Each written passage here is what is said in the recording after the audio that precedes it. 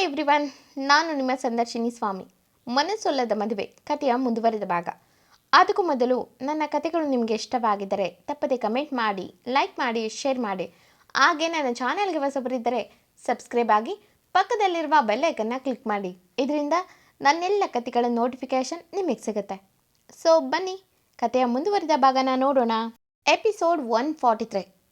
ಇಂದಿನ ಸಂಚಿಕೆಯಲ್ಲಿ ಆದಿ ಬಳಿ ಆದ್ಯ ಅವಳ ಜೀವನದಲ್ಲಿ ನಡೆದಂಥ ಆ ಕಾಣದ ಕೈಗಳ ಆಟವನ್ನು ಒಂದೊಂದೇ ಎಳೆಯಾಗಿ ಹೇಳ್ತಾಳೆ. ಇದೆಲ್ಲ ಕೇಳ್ತಿದ್ದಂಥ ಆದಿ ಮೈಂಡ್ ಒಂದು ಸೆಕೆಂಡ್ ಅದೆಷ್ಟು ದೂರ ಚಲಿಸುತ್ತಿತ್ತೋ ಗೊತ್ತಿಲ್ಲ. ಅವಳು ಹೇಳೋ ಒಂದೊಂದು ದೃಶ್ಯನೂ ಅವನು ನಿಂತಲ್ಲೇ ಇಮ್ಯಾಜಿನ್ ಮಾಡ್ತಿದ್ದ. ಆದ್ಯ ತಾನು ದೂರಾದ ಮೇಲೆ ಹೇಗೆಲ್ಲ ನೋವು ಪಟ್ಟೆ ಅನ್ನೋದನ್ನು ಹೇಳಿದವಳು ಕೂತಲ್ಲೇ ಅವನನ್ನು ತಬ್ಬಿ, ಆದಿ ಸಾರಿ ಆದಿ, ನನಗೆ ಇದು ಬಿಟ್ಟರೆ ನನಗೆ ಬೇರೆ ದಾರಿ ಇರಲಿಲ್ಲ. ನನಗೆ ನಿನ್ನ ಜೀವ, ನನ್ನ ಮನೆಯವರ ಜೀವನೇ ಇಂಪಾರ್ಟೆಂಟ್ ಆಗಿತ್ತು. ಹಾಗಾಗಿ ನನಗೆ ಹಿಂಸೆ ಅನಿಸಿದ್ರು ನಿನ್ನಿಂದ ದೂರ ಹೋಗಲೇಬೇಕಿತ್ತು. ನನಗೆ ಗೊತ್ತು, ಯಾವ ಹೆಣ್ಣು ಕೊಡಿದ ನೋವು ದುಃಖನ ನಾನು ಇಷ್ಟು ದಿನ ನಿನಗೆ ಕೊಟ್ಟಿದ್ದೀನಿ. ನನ್ನ ಕ್ಷಮಿಸ್ತೀಯಾ? ನನ್ನ ಇದರಿಂದ ಹೊರಗೆ ಕರ್ಕೊಂಡು ಬರ್ತೀಯಾ? ನನಗೆ ನಿನ್ನ ಬಿಟ್ಟು ಬದುಕೋಕ್ಕೆ ಆಗ್ತಿಲ್ಲ ಆದಿ. ಪ್ರತಿ ಸೆಕೆಂಡು ಬರೀ ನೋವು, ಫ್ರಸ್ಟ್ರೇಷನ್ನಲ್ಲೇ, ದುಃಖದಲ್ಲೇ ಬದುಕ್ತಿದ್ದೀನಿ. ನಿನ್ನ ಆದ್ಯನ ಕ್ಷಮಿಸಿ ಇದರಿಂದ ನನ್ನ ಹೊರಗೆ ತರ್ತೀಯ ಆದಿ ಎಂದು ಬಿಕ್ಕೋಕೆ ಶುರುವಿಟ್ಟಾಗ ಅವನ ಕೈಗಳು ಅವಳ ತಲೆನ ಸವರಿತು ನವಿರಾಗಿ. ಆದ್ಯ ತನ್ನ ನೋವು ದುಃಖನ ಹೇಳ್ತಿದ್ರೆ ಆಲ್ರೆಡಿ ಆದಿ ತಲೆ ತುಂಬ ದೂರ ಸರವೇಗದಲ್ಲಿ ಚಲಿಸ್ತಿದೆ. ಯಾರದು? Sophia lover. ನನ್ನ ಬಳಿ ಯಾವುದನ್ನು ಮುಚ್ಚಿಟ್ಟಿರಲಿಲ್ವಲ್ಲ ಸೋಫಿಯಾ, ಅಂಥದ್ರಲ್ಲಿ ಇವನೆಲ್ಲಿಂದ ಹುಟ್ಟಿ ಬಂದ ಎಂದುಕೊಂಡವನು ಹೇಗೆ ಇದನ್ನು ಬೇಯಿಸೋದು ಎನ್ನುವ ಒಂದಷ್ಟು ಪ್ರಶ್ನೆಗೆ ಉತ್ತರದ ನಿರೀಕ್ಷೆಯಲ್ಲಿದ್ದ. ಅಷ್ಟೊತ್ತಿಗೆ ಆದ್ಯ ಕಣ್ಣೀರು ತನ್ನ ಕೈ ಸೋಕಿದಾಗಲೇ ಅವನು ವಾಸ್ತವಕ್ಕೆ ಬಂದು ಒಮ್ಮೆ ಅವಳ ಮಗನ ನೋಡಿ, ಅದೆಷ್ಟು ನೋವು ತಿಂದಿದ್ದಾಳೆ. ನಾನು ಮೊದಲೇ ಜೋರು ಮಾಡಿ ವಿಷಯ ತಿಳ್ಕೋಬೇಕಿತ್ತು. ಸಾಯ್ತೀನಿ ಅಂತ ಎದುರಿಸಿದ ತಕ್ಷಣ ನಾನು ಸೋತು ಡೈವರ್ಸ್ ಕೊಡಬಾರ್ದಿತ್ತು ಎಂದು ಯೋಚಿಸಿದವನು ಒಂದು ನಿಡಿದಾದ ಉಸಿರು ಚಲ್ಲಿ ಆದ್ಯ ಎಂದು ಕರೆದ. ಆದ್ಯ ಇನ್ನು ಬಿಕ್ಕುತ್ತಿರೋದನ್ನು ನೋಡಿ ಆದಿನೇ ಮಂಡಿಯೂರಿ ಅವಳಿಗೆ ಸಮನಾಗಿ ಕೂತು, ಈಗ ಎಲ್ಲ ನನ್ನ ಜೊತೆ ಹೇಳಿದ್ಯಲ್ಲ, ಇನ್ನು ಈ ವಿಷಯನ ನನಗೆ ಬಿಡು. ನಿನಗೆ ಈಗ ರೆಸ್ಟ್ ಅವಶ್ಯಕತೆ ಇದೆ.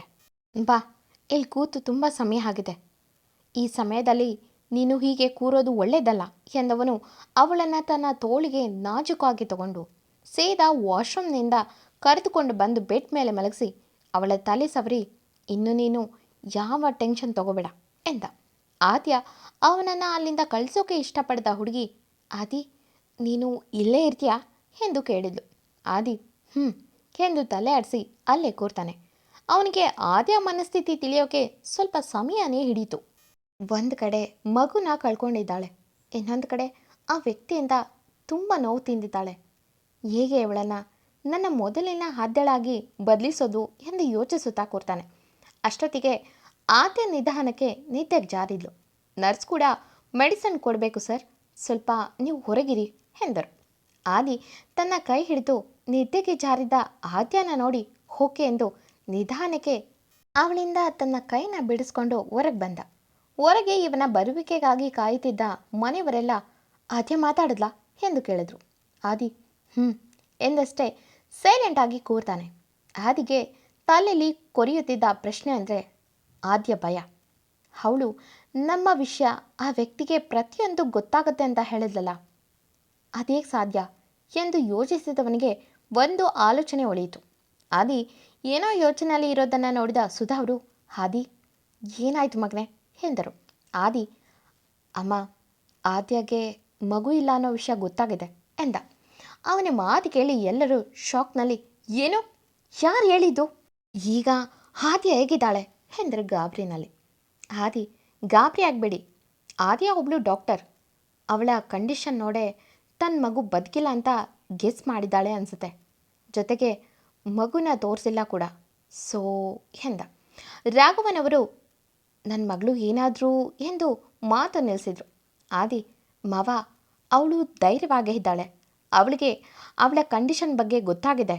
ಹಾಗೆ ನೀವುಗಳು ಅವಳ ಮುಂದೆ ಮಗು ವಿಷಯನ ಮಾತಾಡಬೇಡಿ. ಅವಳು ಹೇಗಿದ್ದಾಳೋ ಹಾಗೆ ಬಿಡೋಣ. ಸ್ವಲ್ಪ ಸಮಯ ಹಿಡಿಯುತ್ತೆ. ಅವಳು ಸುಧಾರಿಸೋಕೆ ಎಂದ. ಆದಿ ಧೈರ್ಯವಾಗಿರೋದನ್ನು ನೋಡಿದ ಮನೆಯವರೆಲ್ಲ ಅಲ್ಲಿ ಆದ್ಯ ಅಷ್ಟು ಧೈರ್ಯವಾಗಿದ್ದಾಳ ಅನ್ನೋ ಆಶ್ಚರ್ಯ ತುಂಬಿತು. ಒಂದು ವಾರ ಆದ್ಯನ ಕಣ್ಣಲ್ಲಿ ಕಣ್ಣಿಟ್ಟು ನೋಡಿಕೊಂಡ್ರೆ ಆದಿ ಜೊತೆಗೆ ಅವನ ಪೂರ್ತಿ ಪರಿವಾರ ಕೂಡ ಇತ್ತು.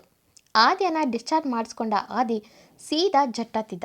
ಎಲ್ಲರೂ ಏನೋ ಆದಿ ಇದು, ನಾವು ಎಲ್ಲಿಗೆ ಹೋಗ್ತಿದ್ದೀವಿ ಎಂದು ಕೇಳಿದರು. ಆದಿ ಸರ್ಪ್ರೈಸ್, ನೀವು ಇದುವರೆಗೂ ಯಾವ ಜಾಗ ನೋಡಿಲ್ವೋ ಆ ಜಾಗಕ್ಕೆ ಕರ್ಕೊಂಡು ಹೋಗ್ತೀನಿ ಎಂದ. ರಾಘವನವರು ಆದಿ ಅಲ್ಲ ಹಾಸ್ಪಿಟಲ್ ಎಂದರು. ಆದಿ ಎಲ್ಲ ವ್ಯವಸ್ಥೆ ಆಗಿದೆ ಮಾವ, ನೀವೇನೂ ಚಿಂತೆ ಮಾಡಬೇಡಿ. ಹಾಗೆ ಅಪ್ಪ ನೀವು ಸ್ವಲ್ಪ ರೆಸ್ಟ್ ತಗೊಳ್ಳಿ ಎಂದವನು ನನ್ನ ಅಚ್ಚುಗೂ ಇದರಿಂದ ಸ್ವಲ್ಪ ರಿಲ್ಯಾಕ್ಸ್ ಆಗುತ್ತೆ ಎಂದ ತನ್ನ ಮಗನ ತಲೆ ಸವರಿ. ಸ್ವಲ್ಪ ಸಮಯದ ನಂತರ ಅಮೋಘವಾದ ದೃಶ್ಯ ನೋಡೋ ಥರ ವಾವ್ ಎಂದರು ಎಲ್ಲರೂ. ಆದರೆ ಆದ್ಯ ಮಾತ್ರ ಮಂಕಾಗೆ ಇದ್ಲು. ಇನ್ನು ಆದಿ ಆದ್ಯನ ಹೆದರಿಂದ ಹೊರಗೆ ಕರ್ಕೊಂಡು ಬರಬೇಕಿತ್ತು. ಹಾಗಾಗಿ ಅವಳಿಗಾಗೆ ಬೇರೊಂದು ಜಾಗಕ್ಕೆ ಕರ್ಕೊಂಡು ಹೋಗಿದ್ದ. ಎಲ್ಲರೂ ಒಂದು ಪ್ಲೇಸ್ನಲ್ಲಿ ಜಟ್ ನಿಂತ ತಕ್ಷಣ ಹೇಳಿದರು. ಆ ತಂಪು ಗಾಳಿ ಮೈನ ಸೋಕುತ್ತಿದ್ದರೆ ಮನಸ್ಸಿನ ಭಾರ ಒಮ್ಮೆ ಕರಗಿದಂತೆ ಎಲ್ಲರೂ ಜೋರಾದ ಉಸಿರು ತಗೊಂಡ್ರು. ಸುತ್ತಲೂ ಅಲೆಯ ಅಬ್ಬರ, ಜೊತೆಗೆ ತುಸು ದೂರ ಇರೋ ಮನೆಗಳ ಸುತ್ತ ಇರುವ ಹಸಿರಿನ ವಾತಾವರಣ ನೋಡಿದ ಆದ್ಯ ಒಮ್ಮೆ ಸುತ್ತ ನೋಡಿದ್ಲು. ಆದಿ ಬಾ ಎಂದು ಅವಳನ್ನು ನಾಜೂಕಾಗೆ ಕರ್ಕೊಂಡು ಹೋಗ್ತಾನೆ. ಅಲ್ಲೇ ಒಂದು ಸುಂದರ ಮನೆ ಒಳಗೆ ಹೋದವರು ತುಸು ಕಣ್ಣು ಅರಳಿಸಿದ್ರು. ರಮೇಶ್, ಆದಿ ಇಷ್ಟು ಸಖತ್ತಾಗಿದೆ, ಈ ಥರನೂ ಇರುತ್ತಾ ಮನೆಗಳು? ಈ ಮಳೆ ಜಾಸ್ತಿ ಆದರೆ ಮನೆಗೆ ತೊಂದರೆ ಆಗಲ್ವಾ ಎಂದು ಕೇಳಿದರು. ಆದಿ ಅಪ್ಪ, ಈ ಮನೆಗಳು ಬಂದು ಹೋಗೋರಿಗೆ ಮಾತ್ರ, ಇಲ್ಲಿ ಯಾರು ಜಾಸ್ತಿ ದಿನ ಉಳಿದುಕೊಳ್ಳಲ್ಲ. ಹಾಗೆ ಮಳೆ ಸಮಯದಲ್ಲಿ ಅಲ್ಲಿದೆಯಲ್ಲ ಆ ಸಮುದ್ರದ ಅಲೆಯ ನೀರು ಮನೆ ಮೇಲೆಲ್ಲ ಬರುತ್ತೆ. ಹಾಗಾಗಿ ಇಲ್ಲಿ ಜಸ್ಟ್ ರಿಲ್ಯಾಕ್ಸ್ಗೆ ಮಾತ್ರ ಸ್ವಲ್ಪ ದಿನ ಉಳಿದುಕೊಳ್ಳೋಕ್ಕೆ ಮಾಡಿದ್ದಾರೆ. ಈ ಜಾಗ ಅದೇ ಎಂದ. ಸುತ್ತ ನೋಡ್ತಿದ್ದಂಥ ಸುತ್ತ ಅವರು ಎಂಥ ಒಂದು ಪ್ಲೇಸ್ ನೋಡೇ ಇಲ್ಲ ಕಣೋ ಆದಿ, ಇಲ್ಲಿಂದ ಊರು ದೂರ ಅಲ್ವಾ, ಆದರೂ ಇಲ್ಲಿ ಸುತ್ತಮುತ್ತ ಮನೆಗಳು ಇದೆ ಎಂದರು. ಆದಿ ಅಮ್ಮ, ಅವರು ಕೂಡ ನಮ್ಮ ಹಾಗೆ, ಜೊತೆಗೆ ಹಳ್ಳಿಗಳಲ್ಲಿ ಹೇಗೆ ಹೊಲಗಳಲ್ಲಿ ಮನೆ ಜೊತೆಗೆ ಊರಲ್ಲಿ ಒಂದು ಮನೆ ಅಂತ ಕಟ್ಟಿಸ್ತಾರೋ ಹಾಗೆ ಇಲ್ಲೂ ಕೂಡ ಅವರಿಗೆ ಬೇಕು ಅನ್ನಿಸ್ದಾಗ ಇಲ್ಲಿಗೆ ಬರ್ತಾರೆ ಎಂದು ಬನ್ನಿ ಎಂದು ಒಳಗೆ ಕರ್ಕೊಂಡು ಹೋಗ್ತಾನೆ. ಅದೊಂದು ಮರದಲ್ಲಿ ನಿರ್ಮಿಸಿರೋ ಮನೆ, ಆದರೆ ಅಷ್ಟೇ ಬ್ಯೂಟಿಫುಲ್ ಆಗಿತ್ತು. ಅಲ್ಲಿಗೆ ಬಂದ ಒಂದು ಹೆಂಗಸು ಸರ್ ಊಟಕ್ಕೆ ರೆಡಿ ಮಾಡಲಾ ಎಂದು ಕೇಳಿದ್ಲು. ಆದಿ ಹಾಂ, ಇಲ್ಲಿಯ ಸ್ಪೆಷಲ್ ಏನಿದೆ ಅದನ್ನೇ ರೆಡಿ ಮಾಡಿ ಎಂದು ಎಲ್ಲರಿಗೂ ರೂಮ್ ತೋರಿಸಿ ಆದ್ಯನ ಮಾತ್ರ ಮೇಲಿನ ರೂಮ್ಗೆ ಕರ್ಕೊಂಡು ಹೋಗ್ತಾನೆ. ಅಚ್ಚು, ಡ್ಯಾಡಿ ತುಂಬ ಚೆನ್ನಾಗಿದೆ, ನಾವು ನೀರಲ್ಲಿ ಆಡೋಕೆ ಹೋಗೋಣ ಎಂದು ಖುಷಿಯಲ್ಲೇ ಕೇಳ್ದ. ಆದಿ ತನ್ನ ಮಗನನ್ನು ತನ್ನ ತೋಳಿಗೆ ತಗೊಂಡು ಎಸ್ ಹೋಗೋಣ, ಆದರೆ ಸಂಜೆ ಹೋಗೋಣ, ಆಗ ತುಂಬ ಚೆನ್ನಾಗಿರುತ್ತೆ ಎಂದ. ಅಚ್ಚು, ನಾನು ಮನೆಯೆಲ್ಲ ನೋಡ್ಬೋದಾ ಎಂದು ಕೇಳ್ದ. ಆದಿ ಹಾಂ ನೋಡು, ಆದರೆ ಹುಷಾರು ಎಂದು ಕೆಳಗೆ ಅಚ್ಚು ಖುಷಿಯಾಗಿ ಮೆಟ್ಲಲ್ಲಿಳಿದು ಕೆಳಗೋದ. ಆದ್ಯ ತೂರಿ ಬರೋ ಅಲೆಯನ್ನು ದಿಟ್ಟಿಸುತ್ತಾ ನೋಡ್ತಿದ್ಲು. ಆದಿ ಅವಳ ಭುಜ ಹಿಡಿದು ಆದ್ಯ ಎಂದು ಕರೆದ. ಆದ್ಯ ಒಮ್ಮೆ ಹಿಂದೆ ತಿರುಗಿ ನೋಡಿದ್ಲು. ಆದಿ, ಈ ಪ್ಲೇಸ್ ನಿನಗೆ ಇಷ್ಟ ಆಗಿಲ್ವಾ ಎಂದು ಕೇಳ್ದ. ಆದ್ಯ ಹಾಗೇನಿಲ್ಲ, ತುಂಬ ಚೆನ್ನಾಗಿದೆ ಆದರೆ ಎಂದವಳ ಕಣ್ಣು ತುಂಬಿದ್ದು ನೋಡಿ ಆದಿ ಹುಬ್ಬುಗಳು ಬೆಸೆದು. ಆದಿ ಅವಳ ಕೈ ಹಿಡಿದು ಇನ್ನೂ ಅದನ್ನೇ ಯೋಚನೆ ಮಾಡಬೇಡ, ಈಗ ನೀನು ಆರಾಮಾಗಿ ರೆಸ್ಟ್ ಮಾಡಬೇಕು, ನಿನ್ನ ಮನಸ್ಸಿಗೆ ಇಂಥ ಒಂದು ವಾತಾವರಣದ ಅವಶ್ಯಕತೆ ಇದೆ ಎಂದ. ಆದಿ ಹೆದೆಗೆ ಒರಗಿ ಆದಿ, ನಾವು ಇಲ್ಲಿ ಇರೋ ವಿಷಯ ಯಾರಿಗೆ ಗೊತ್ತು ಎಂದು ಕೇಳಿದ್ಲು. ಆದಿ ಯಾರಿಗೂ ಗೊತ್ತಿಲ್ಲ, ಈವನ್ ನಮ್ಮ ಟೀಮ್ಗೂ ಯಾರಿಗೂ ಗೊತ್ತಿಲ್ಲ ಎಂದ. ಆದಿಯ ಒಮ್ಮೆ ಆದಿಮುಖ ನೋಡಿ ಈ ವಿಷಯ ಆ ವ್ಯಕ್ತಿಗೆ ಗೊತ್ತಾಗಲ್ಲ ಅಲ್ವಾ ಎಂದು ಕೇಳಿದ್ಲು, ಅನುಮಾನ ಮತ್ತು ಭಯದಲ್ಲೇ. ಆದಿ ಕಣ್ಗಳು ತುಂಬ ಗಂಭೀರವಾದವು. ತಕ್ಷಣ ಆದಿ ತಲೆನ ಸವರಿ ಇನ್ನೂ ನೀನು ಅದರ ಬಗ್ಗೆ ಯೋಚನೆ ಮಾಡಬೇಡ, ಇನ್ನೂ ಎಲ್ಲವನ್ನ ನಾನು ನೋಡ್ಕೋತೀನಿ ಎಂದವನು ಏನೋ ಒಂದು ಪ್ಲ್ಯಾನ್ ಮಾಡಿದ್ದಾನೆ. ಎಲ್ಲರೂ ಊಟ ಮಾಡಿ ಸಂಜೆ ಸಮಯಕ್ಕೆ ಕಡಲಿನ ದಡಕ್ಕೆ ಕರೆದುಕೊಂಡು ಹೋಗ್ತಾನೆ. ಆದ್ಯ ಆ ಬೀಸೋ ಗಾಳಿಗೆ ತನ್ನ ಮೈ ಕೊಟ್ಟು ತನ್ನ ನೋವನ್ನೆಲ್ಲ ಮರೆಯುವಂತೆ ಮೈ ಮರ್ತಿದ್ರೆ ಆದಿ ಅವಳ ಭುಜ ಬಳಸಿ ಜಾಸ್ತಿ ಚಳಿ ಆಗ್ತಿದ್ಯಾ ಎಂದು ಕೇಳ್ದ.